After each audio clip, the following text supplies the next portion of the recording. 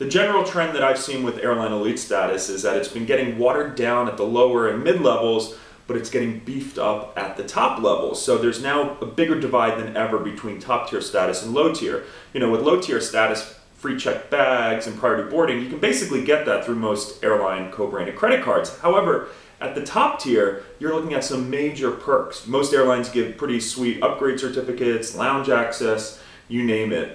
So TPG Reader Lev tweeted me, he's at 80,000 Delta MQM so far. Is reaching for Diamond more worthwhile versus Plat than before given the 2015 changes? I live by JFK. I would say yes. You know, back in the day, you would get a couple more choice benefits for reaching Diamond. You could gift gold instead of silver. You got lounge access. But for those of us who already had lounge access through American Express Platinum or the Delta Reserve card, there wasn't a huge jump between Platinum and Diamond.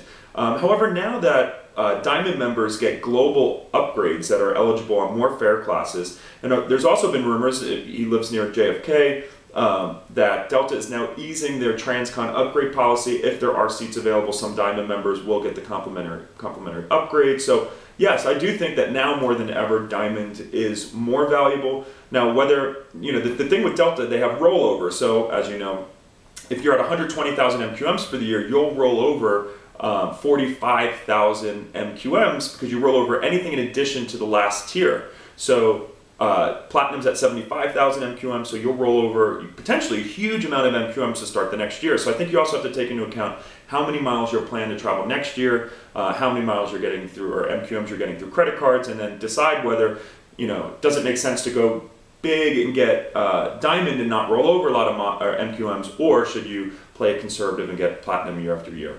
I definitely think if you can get Diamond, you might as well, but also make sure that you're also hitting the spend threshold, and you know, which at Diamond is $12,500 on Delta operated or ticketed flights. Now, of course, if you have the Delta Amex card and spend $25,000, you're exempt, or if you live outside the U.S., but that's also one other consideration.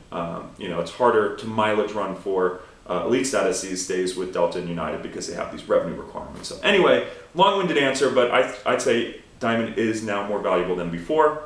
So any other questions, tweet me at The Points Guy or like us on facebook.com/ThePointsGuy.